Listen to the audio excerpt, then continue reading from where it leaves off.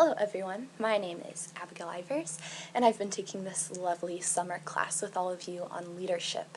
And as you know, one of the things we've been putting a lot of emphasis on in this class is the relational leadership model. And as a quick review, this model is basically an approach to leadership that has 5 basic concepts. So the first thing is the purpose. So this is what the leader and the organization that they're a part of is trying to accomplish, what their end goal is. The second thing that this model has to it is that leadership should be inclusive.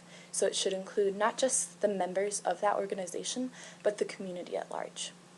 Thirdly, the organization should be empowering to its members, and once again, to the community at large.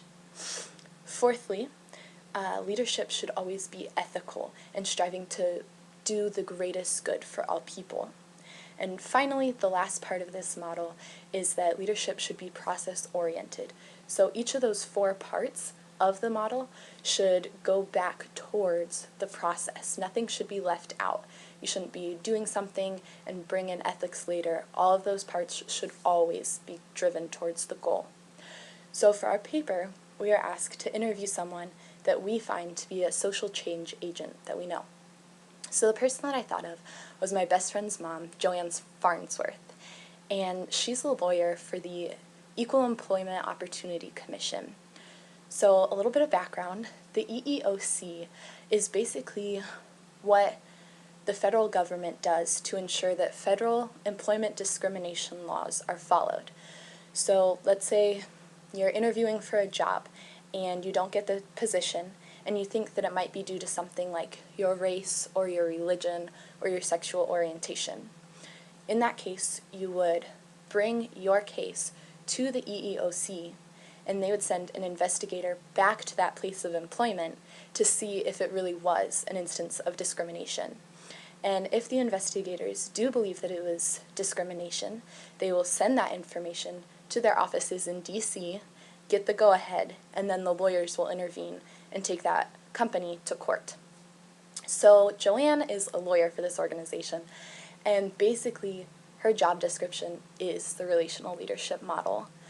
So I was talking through it with her, and everything just lines up perfectly to what she has to do every single day. So the first thing is her purpose. Her purpose is always to win every single case she gets, because if they believe that it was an act of discrimination, that person deserves justice. So her goal is always to win the case. The second thing that she has to do every day is to be inclusive. And what makes this unique to her job is that as a lawyer, she's trying to persuade the jury. So the jury is comprised of everyday average Joes. So she's always asking different people in her office, like the clericals and the paralegals, what their opinion of her case is, because that's going to point her in the direction that will best convince the jury. So she's always trying to include people in her process.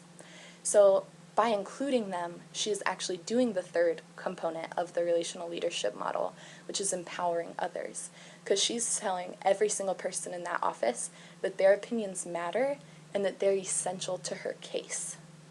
So obviously, as lawyers, they have to be extremely ethical, that 4th aspect of RLM, because the purpose of being lawyers is to make sure that when people aren't ethical, something is done about it. So they have to be ethical in getting them justice, because if they cheat or lie or go about something in a way that's counter to the court, they're going to get in a lot of trouble and justice won't actually be done. So finally, all of this is process-oriented. Basically, every time she gets a case, she has to set up a structure for how it's going to be done. So every person in the office gets together and they say, you have the best skill set for this, and your workload can handle it, so we're going to give that to you, and this is your deadline. And they do that for every single item. And as long as they follow that structure, they know that they can win that case. So I thought it was just really interesting talking to Joanne about what being an EEOC lawyer is like and how she's a leader in that job. And it really definitely helped me understand how to be a better leader in any job I have in the future. Thank you.